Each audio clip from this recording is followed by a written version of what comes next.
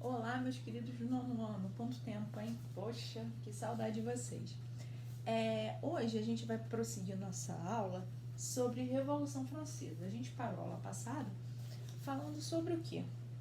Sobre a gente viu a Revolução Industrial, a gente viu anteriormente o Iluminismo, hoje a gente vai adentrar a Revolução Francesa. Bom, quais são os... O que aconteceu? Como é que era essa França pós-revolução? Espero que vocês lembrem a questão do que a palavra revolução quer dar a entender pra gente. Uma revolução é uma mudança muito grandiosa, geralmente ela interfere, ela tem interferências sociais, políticas e econômicas. Bom, revolução é diferente de uma reforma. Revolução são grandes mudanças que proporcionam, após delas, rupturas. Né? Reforma são pequenas mudanças. Revolução, quando a gente fala de revolução, são grandes mudanças. Elas proporcionam grandes alterações em termos econômicos, políticos e sociais. Bom, tendo isso em vista, vamos lá para a França antes da Revolução. A França antes da Revolução vivenciava uma forte crise econômica. É interessante lembrar que, vocês vão ver mais à frente, que a França ela vai entrar em algumas guerras, porque vocês vão ver Estados Unidos no próximo capítulo. E essas guerras, né, que a França vai entrar, isso vai gerar o quê? Gasto financeiro. Guerra, independente de você vencer ou perder, tem um grande gasto financeiro no final disso. Bom, então tem uma crise econômica. Gente, além deles se envolverem em diversas guerras, para piorar, a França vai sofrer por fatores ambientais, que é uma seca, que vai gerar uma grande crise em termos de alimentos, uma grande crise no campo, em produção de alimentos. Então, olha só, tá tudo dando errado. A gente ainda tem outros fatores, né? Fatores sociais dessa França antes da Revolução Francesa. Pessoal, a França ela tinha uma sociedade estamental. Eu espero que vocês lembrem o que é estamento. Vocês viram quando a gente viu lá absolutismo lá atrás, ano passado, ano retrasado. Bom, estamento, a gente lembra logo a pirâmide. São o quê? Estamentos, são grupos. O primeiro é o clero, depois vem a nobreza, depois vem o povão, que abarca todo mundo, né? Então, é uma sociedade estamental. E é importante ressaltar que essa sociedade estamental francesa funciona da seguinte maneira. O primeiro estado é o clero. Ele é cheio de privilégios, sabe? Eles não pagam impostos, eles vivem uma vida maravilhosa, olha só, sem ter nenhum tipo de comprometimento com impostos, com gastos. Por outro lado, a gente tem o segundo estado, que são os nobres, aqueles também que não trabalham. E são sustentados os dois primeiros estados pelo povão, que é a base da pirâmide estamental. Bom, e esse povão, gente, quem é o povão? É o camponês que está sofrendo da seca. O povão é uma palavra que é uma palavra para definir todo mundo. Então a gente joga nesse grupo aí o povão,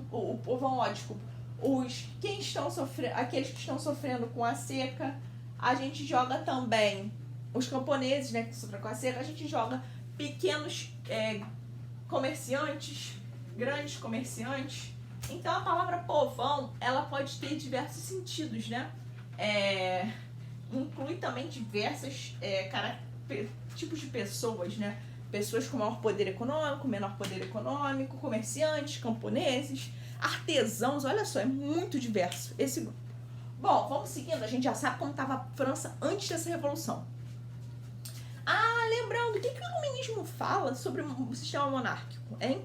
Espero que vocês lembrem. Ele critica, são as críticas ferrenhas a esse antigo regime, a essa monarquia absolutista. Eles reclamam o quê? Que o poder do rei, a gente viu isso em Salem, a gente estava lá juntinho, vocês tinham feito uma pesquisa que foi legal, a beça. O poder do rei é o quê? Excessivo, é extremo. Então, por conta disso, e a França, ela tinha nobreza, então ela tem...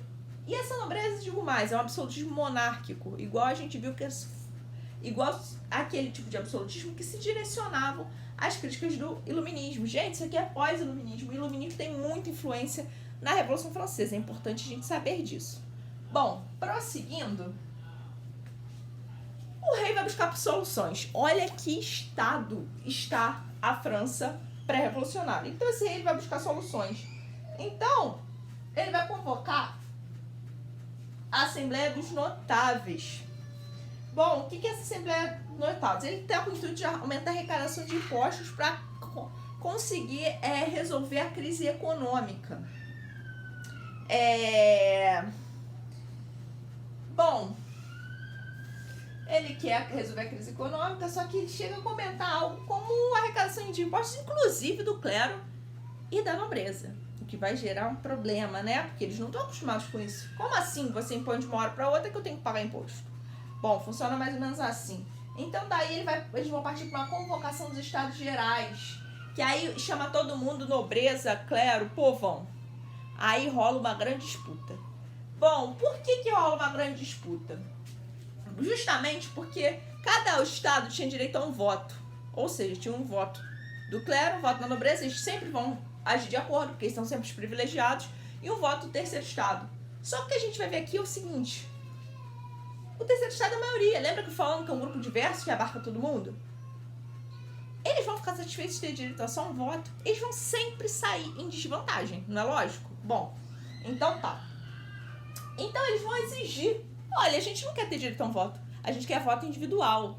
Porque a questão é que o voto era em grupo, sabe? Todo mundo tinha direito nessa assembleia a ter um voto só. O clero tinha um voto só, a nobreza tinha um voto só, e o terceiro estado um voto só. Eles vão falar: olha só, não tá dando certo, eu não quero isso. A gente quer voto individual. Aí o rei fala assim: beleza, vou acabar com essa assembleia. Ai. Então a coisa vai se complicar. Levando em conta isso, o terceiro estado vai se reunir e vão falar o seguinte: olha, vamos proclamar a Assembleia Nacional Constituinte, a gente vai em busca de uma Constituição. O rei não quer ouvir, a gente proclama a nossa própria Assembleia e a nossa Constituição consequentemente. Então, vai ser proclamada pelo Estado. Ela tem um fator importantíssimo, que é a Declaração dos Direitos do Homem e do Cidadão. Ou seja, essa Constituição ela vai ter uma reformulação das leis e ela vai criar direitos, né? Vai extinguir as ordens, né? Não tem mais ordens de divisão do povo, ordens estamentais. A grande ideia é romper com as ordens.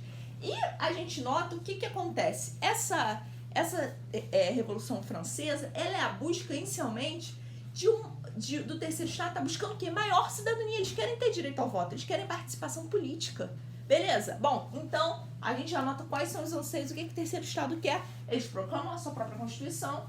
Só que é importante destacar que eu falei que o terceiro estado é extremamente diverso. Essa Constituição ela vai favorecer principalmente a burguesia. Não é todo mundo, não é o pequeno camponês, não é o artesão que vai ser favorecido. Ela vai se favorecer em grande parte a burguesia somente.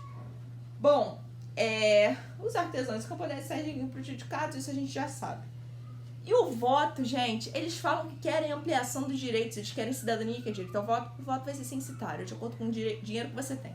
Então a gente vê que essa Constituição ela vai beneficiar em grande parte, somente quem tem dinheiro. Bom, e o que significa, o que é o grande acontecimento que dá início a essa Revolução Francesa? É a queda da Bastilha. A queda da Bastilha vai significar um grande marco, porque a queda da Bastilha era a prisão absolutista. Então, já que rompeu com a queda da Bastilha, mostra uma crise no sistema absolutista, sim ou não? Então, esse evento vai ser considerado o ponto, para grande parte dos historiadores, o ponto inicial da Revolução Francesa. Bom, e isso também define o que a gente chama de história contemporânea. Bem-vindos à história contemporânea, a gente saiu da história moderna. Lembram que a gente chama na moderna até então, iluminismo, Revolução Inglesa. Agora a gente está chegando na história contemporânea, que é a que a gente se encontra até hoje. Prosseguindo, vamos para a Assembleia Nacional Legislativa, né, que é uma outra parte da Revolução Francesa. A Assembleia Nacional Legislativa vai ser um período lembrado por grande violência. A gente tem agora a divisão entre 3 grupos, né? Que são os girondinos, os jacobinos, a planície. Temos 3 grupos diferentes, beleza? Que vão se reunir em busca de definições. Já girondinos são aquela galera, grande parte membros da burguesia, que querem pequenas reformas. Jacobinos são os chamados revolucionários, que querem grandes reformas, grandes mudanças. Planície é a pessoa que quer uma monarquia parlamentar, não quer rompimento, não quer república, não quer romper com a monarquia de jeito nenhum. É o pessoal mais moderado possível. Então, o que a gente vai ter nessa Assembleia Nacional Legislativa? É um período de extrema violência, né? É aqui que surgem aqueles ideais de liberdade, igualdade e fraternidade entre todos. Julgamento de nobres. É tudo nesse período. A gente mostra que a nobreza cada vez mais afundada, mais em crise, né? O sistema absolutista, o antigo regime, atravessando uma crise severa. E o rei vai ser preso aqui. O Luís XVI vai ser preso por conta da questão que ele vai se comunicar com a Áustria. E essa comunicação com a Áustria, lembrando que estão todos os países absolutistas incomodados com a eclosão dessa revolução, porque eles acreditam que poderia ser uma disseminação dos ideais liberais, né, do iluminismo por toda a Europa e seu fim total do regime absolutista no continente inteiro.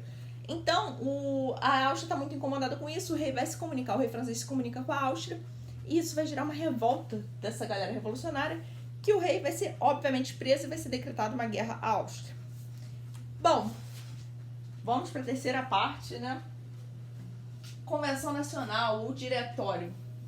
Essa parte aqui é muito interessante, porque essa parte é quando os jacobinos chegam ao poder. Lembra aqueles revolucionários? Então, e que leva em consideração aquela parte do povão que nunca é escutada? Essa é a Convenção Nacional. Nessa etapa, a gente passa a contar com uma série de comitês. E, por exemplo, tem o Comitê da Salvação Nacional, que é responsável pelas revoltas, o Comitê da Salvação Pública, que vai manter o exército e os cofres públicos, e o Tribunal Revolucionário, que vai prender os traidores da Revolução. Essa fase aqui é a fase do terror. Quando Robespierre, que é o líder dos jacobinos, prende, executa nobres, né? Corta a cabeça, literalmente, dos nobres. Então, essa é a fase do poderio jacobino. Como é que funciona? A gente conta com 5 deputados e esses 5 deputados que governam. E eles são os 5 deputados responsáveis por elaborar uma nova Constituição. Essa nova Constituição ela é extremamente importante porque ela agora sim dá direito para o restante da população. O que essa nova Constituição prevê? O fim da escravidão nas colônias francesas, que a França ainda tinha colônias nesse período, o sufrágio universal masculino, agora todos os homens podem votar, lembrando, mulher ainda nem pensa em mulher participar disso, o acesso a terras, escola pública, o ensino universal obrigatório. Bom, essa é a Convenção Nacional, isso é o diretório. Bom, o que vai acontecer nessa Convenção Nacional? Os girondinos, com medo, vão dar um golpe nos jacobinos. E isso aqui se chama reação temidoriana. Pessoal, eu sei que é complexo, prestem atenção, façam aqueles resuminhos, olhem o livro, dá uma fichada no livro, qualquer coisa vocês sabem como entrar em contato com a gente. Bom, então a reação temidoriana, a gente viu a reação temidoriana agora, né, que quando os girondinos chegam ao poder. Esse período vai ser um período mais conservador. E surge uma nova Constituição, mais uma vez uma política expansionista. E agora surge o consulado, né, que é quando Napoleão chegou ao poder. É um período de extrema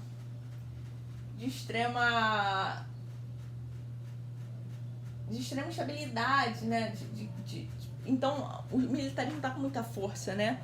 Porque está acontecendo uma série de revoltas e tudo mais, e tomadas de poder. Então, o que vai acontecer nesse período? Por conta disso, um general vai se tornar muito famoso, que é o general Napoleão Bonaparte, que vai realizar um golpe de Estado. Bom, então esse golpe a gente chama de 18 Brumário, e o início desse governo é o consulado. Bom, então para vocês terem uma pausinha aí, que essa matéria é muito grande, é muita coisa para assimilar, eu volto na segunda parte, hein? Só um tempinho, descansem e a gente já retoma.